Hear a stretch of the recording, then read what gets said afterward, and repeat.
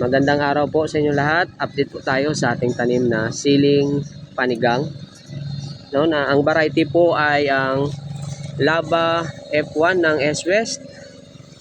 At hindi rin nagpapatalo sa dami ng bunga at sa palalakihan. No, yan po. Mag-harvest po tayo. First harvest. At hitik na hitik sa bunga ang ating siling panigang. Ayan po. Ayan. Ang ganda po. Ang dami ng bunga. Ayan o. Halos bunga ang makikita niya. Halos bunga ang makita sa ating siling panigang. The best talaga itong Laba F1 ng S-West. Dahil marami din mamunga. Ayan, at ito pa yung gusto ng ating mga buyer dahil green na green siya at mahaba at malaki. The best talaga ito.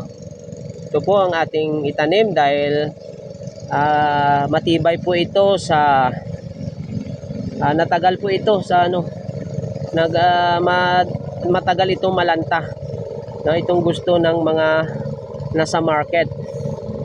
No, okay din sana yung panigang best. Pero ito ang request ng ating mga buyer dahil matibay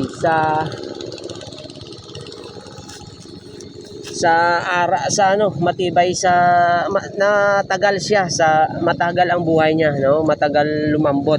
Ayan, no?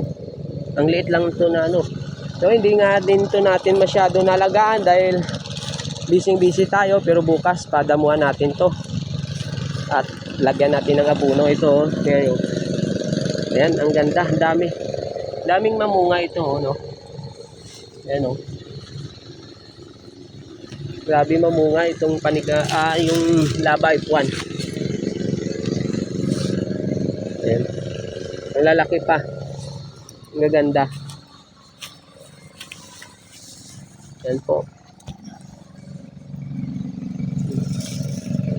Dami.